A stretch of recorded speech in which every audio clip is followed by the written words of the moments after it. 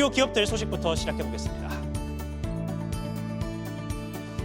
삼성전자의 두 번 접는 스마트폰이 초반 흥행몰이를 하고 있습니다.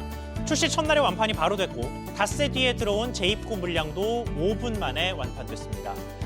흥행이 물론 나쁠 것은 없겠습니다만 삼성 입장에서는 손익이 애매합니다. 우선 흥행에 몰린 소비자 수요가 예상보다 많았다 뿐이지 삼성전자의 시장 점유율이나 실적에 영향을 줄 정도로 큰 수준은 아닙니다. 실제 삼성의 국내 출고량 목표치는 3,000대 안팎으로 알려졌습니다. 그리고 이 스마트폰의 정가 359만 원이 굉장히 고가긴 하지만 투입된 공정과 부품 등을 고려하면 마진이 많지 않다는 분석도 나옵니다. 그러니까 많이 팔 수도 없고 팔 계획도 없었으며 팔아봐야 큰 이익도 없는데 공급 대비 인기만 많아서 중고 가격이 최고 1,000만 원까지 오르는 등 시장이 혼탁해질 조짐만 나타나고 있는 겁니다. 삼성의 고심이 깊어질 것으로 보입니다. 이마트의 상장자 회사 신세계푸드가 공개 매수와 자진 상장 폐지를 추진합니다.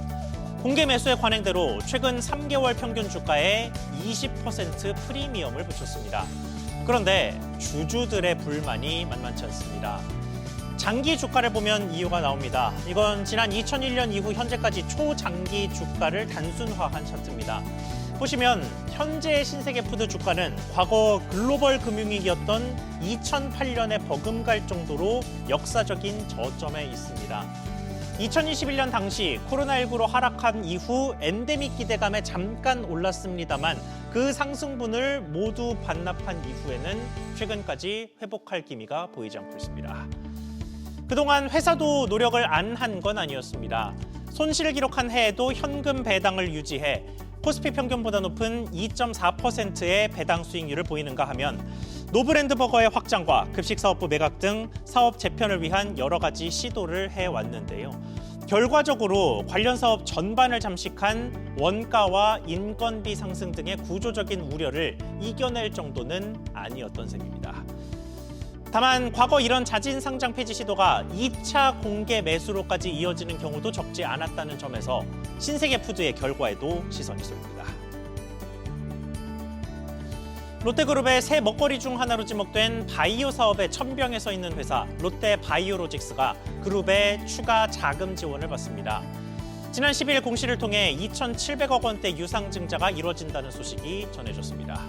회사의 주주가 롯데지주와 롯데홀딩스뿐이니 유상증자는 곧 그룹의 자금 수혈인데 이건 지난 3월에 이어서 두 번째 그룹의 대규모 자금 조달이 되고 또 이번 유증으로 롯데바이오 창립 이후 총 조달 규모가 1조 원을 돌파하게 됐습니다.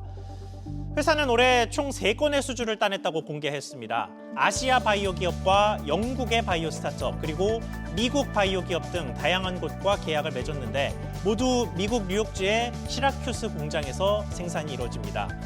올해 목표는 수주 5건이었는데 공개되지 않은 수주 물량이 더 있어서 내부적으로는 목표를 달성한 것으로 알려졌습니다. 다만 본격적인 생산 기지가 될 송도 캠퍼스의 생산이 오는 2027년으로 다가오면서 사전 수주 작업도 시작해야 할 상황이라 내년에도 추가 수주와 실적에 대한 압박은 더욱 커질 것으로 보입니다.